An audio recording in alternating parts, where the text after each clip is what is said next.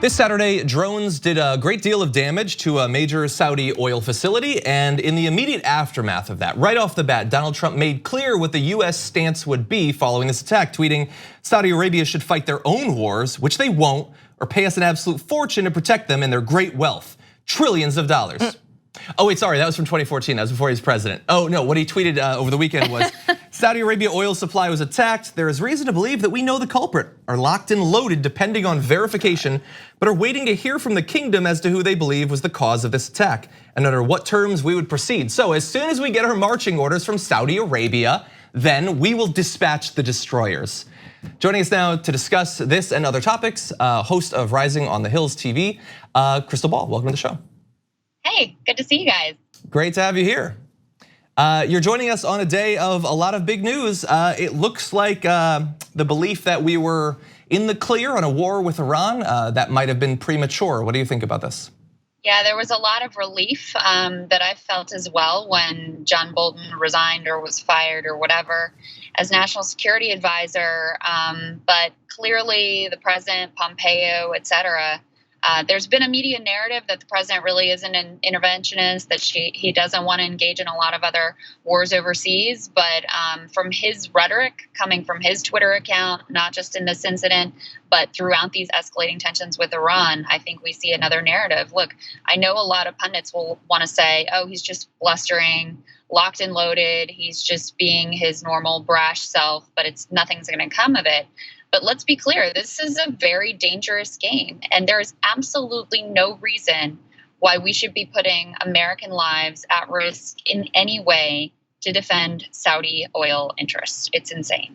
I couldn't agree more. And also, I mean, this has sort of been a story for at least 2 years, but it always strikes me as odd that from right-wing politicians and pundits, if you mention an individual Muslim person or Muslim country, they're gonna respond negatively 99% of the time. The 1% is if you bring up Saudi Arabia, and then suddenly it's, these are our greatest allies. We will do literally anything that they ask. We'll spend trillions on another war. That's always struck me as a very weird dichotomy.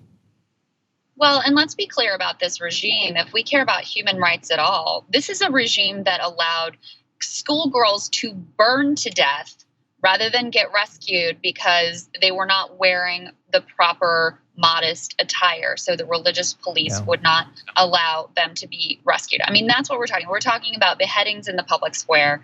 We're talking about, obviously MBS and the regime having murdered Jamal Khashoggi. That's who we're talking about here. And so at a point where we are transitioning or should be transitioning away from a fossil fuel economy anyway, now is the time to focus on green energy, to focus on the future and make a clean break with defending Saudi, having them be our close allies and looking the other way at their human rights abuses. And unfortunately, it looks like we're moving the opposite direction. It looks like there is the possibility of military action, especially as even just today, on both sides of the aisle, so to speak, there's been this sort of renewing of tensions, pushing for something to happen. On Fox and Friends, Brian Kilmeade said, I think this cannot go without retribution. And he also spoke with Senator Coons, a Democrat. Let's take a look at a short bit of video and I want to get your reaction. It seems credible that the Houthis don't have the sort of advanced drones that carried out this crippling strike on Saudi oil facilities. My hope is that the president will consult with his generals, his diplomats, his advisors, will look hard at the intelligence. Iran is one of the most dangerous state sponsors of terrorism. This may well be the thing that calls for military action against Iran, if that's what the intelligence supports. This is a moment where Iran is really pushing our resolve and is really testing to see whether we're actually going to stand up. So I have to say, it feels like 2002 all of a sudden. What do you think? Yeah, indeed. And look, the military industrial complex is a real thing. It has real power in DC and certainly not just on the right. There has been a bipartisan pro-war consensus in DC driven by that military-industrial complex. I mean, frankly, to bring presidential politics into this, whatever you think of Tulsi Gabbard, this is part of why I think her voice is so important in this race, and also part of why I think she's been so pushed and otherized and smeared by the media in this race, is because she has been unequivocal in challenging this bipartisan foreign policy consensus. Because the bottom line is there's always some way that you can gin up a case for war, that you can start those drums beating in a march for war. You can always say our interests are threatened. This is an existential crisis. We have to support our allies. You can always make the case. And so in something like this, again, we weren't attacked, right? It was Saudi's oil interests that were attacked. Why would anything was even close to vacation for war?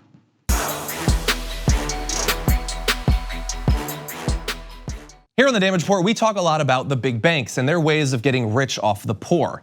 They saturate the market, but there are other options. And I've got info on a socially and environmentally responsible financial institution that has no ATM fees, gives you cash back on every purchase. They even commit 10% of their earnings to charity.